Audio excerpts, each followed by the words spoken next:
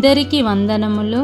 ఈ దినపు పరలోకపు మన్నా రూతు 1వ అధ్యాయం 1వ వచనం నుండి 22వ వచనం వరకు చూసినట్లయితే, న్యాయాధిపతులు ఏలిన దినముల యందు యూదా దేశములో కరువు కలుగగా, యూదా బెత్లెహేము నుండి ఒక మనుష్యుడు తన భార్యను తన 2 కుమారులను వెంటబెట్టుకొని మోయాబు దేశమున కాపురముండుటకు వెళ్ళెను. ఆ మనుష్యుని పేరు ఎలీమెలెకు, అతని భార్య పేరు నయోమి. అతని 2 కుమారుల పేర్లు మహ్లోను, కిల్యోను.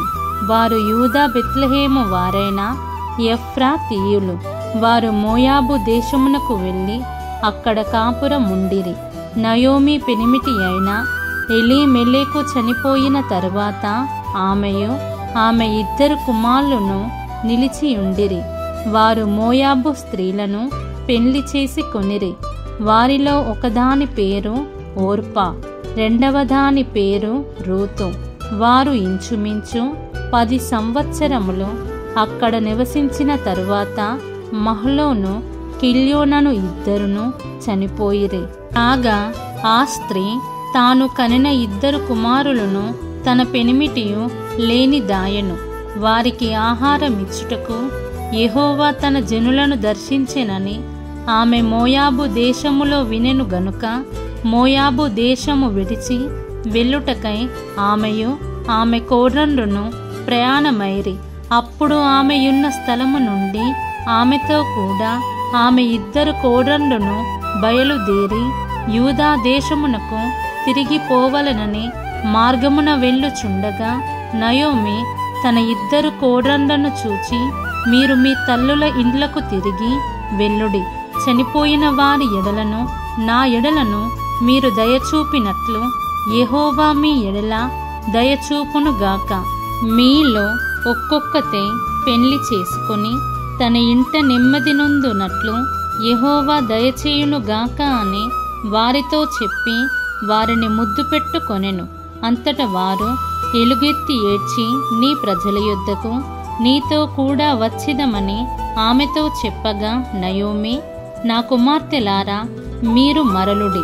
నాతో కూడా మీరు రానేలా మిమ్మును పెళ్లి చేసి కొనుటకై ఇంకా కుమారులు నా గర్భమున నుందురా. నా కుమార్తెలారా, తిరిగి వెళ్ళుడి. నేను పురుషునితో నుండలేని ముసలి దానను, నాకు నమ్మిక కలదని చెప్పి ఈ రాత్రి పురుషునితో నుండి కుమారులను కనినను.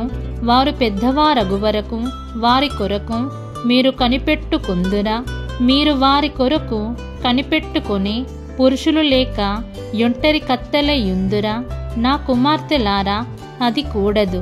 యెహోవా నాకు విరోధి యాయను. అది మిమ్మును నొప్పించినంత కంటే నన్ను మరీ ఎక్కువగా నొప్పించినదని వారితో చెప్పెను.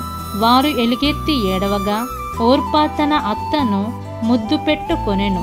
రూతు ఆమెను హత్తుకొనెను. ఇట్లుండగా ఆమె, ఇదిగో నీ తోడి కోడలు తన జనుల యొద్దకును తన దేవుని యొద్దకును తిరిగిపోయినదే. నీవును నీ తోడి కోడలి వెంబడి వెళ్ళుమనెను. అందుకు రూతు, నా వెంబడి రావద్దనియో నన్ను విడిచిపెట్టుమనియో నన్ను బ్రతిమాలు కొనవద్దు. నీవు వెళ్ళు చోటికే నేను వచ్చెదను. నీవు నివసించు చోటనే నేను నివసించెదను. నీ జనమే నా జనము, నీ దేవుడే నా దేవుడు. నీవు మృతిబొందు చోటను నేను మృతిబొందెదను. అక్కడనే పాతిపెట్టబడెదను. మరణము తప్ప మరి ఏదైనను నిన్ను నన్ను ప్రత్యేకించిన ఎడల యెహోవా నాకు ఎంత కీడైనా చేయునుగాక అనెను. తనతో కూడా వచ్చుటకు ఆమెకు మనస్సు కుదిరినదని నయోమి తెలుసుకొనినప్పుడు అందును గురించి ఆమెతో మాటలాడుట మానెను గనుక వారిద్దరు బెత్లెహేమునకు వచ్చు వరకు ప్రయాణము చేసిరి. వారు బెత్లెహేమునకు వచ్చినప్పుడు ఆ ఊరి వారందరూ వారి యొద్దకు గుంపు కూడి వచ్చి, ఈమె నయోమి గదా అని అనుకొనుచుండగా, ఆమె, సర్వశక్తుడు నాకు చాలా దుఃఖము కలుగజేసెను గనుక నన్ను నయోమి అనక మారా అనుడి. నేను సమృద్ధిగల దాననై వెళ్ళి తిని యెహోవా నన్ను రిక్తురాలినిగా తిరిగిరా చేసెను. మీరు నన్ను నయోమి అని పిలువనేలా?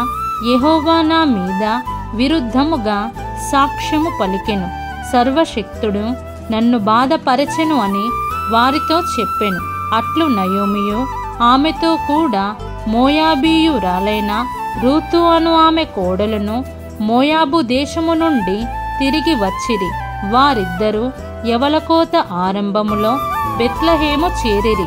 దీన్ని మనం అర్థం చేసుకున్నట్లయితే ఈ అధ్యాయములో బెత్లెహేములో కరువు రాగా ఎలీమెలెకు తన కుటుంబముతో మోయాబు దేశమునకు వలసపోవడం జరిగింది.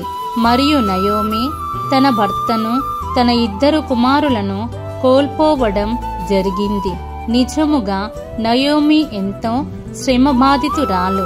అలాగే తిరిగి తన స్థలమునకు వెళ్తున్నప్పుడు తన కోడన్రు తనతో వస్తాము అని చెప్పిన విధానము నిజముగా నేటి సమాజానికి ఎంతో ఆదర్శం. కాబట్టి ఆనాడు అన్యురాలైన రూతు తన అత్త అయిన నయోమిని వెంబడించిన స్త్రీగా ఎలా ఉందో మనము కూడా రూతు వలె మన అత్తగారి పట్ల ప్రేమ కలిగి ఉండేలా జీవిద్దాం.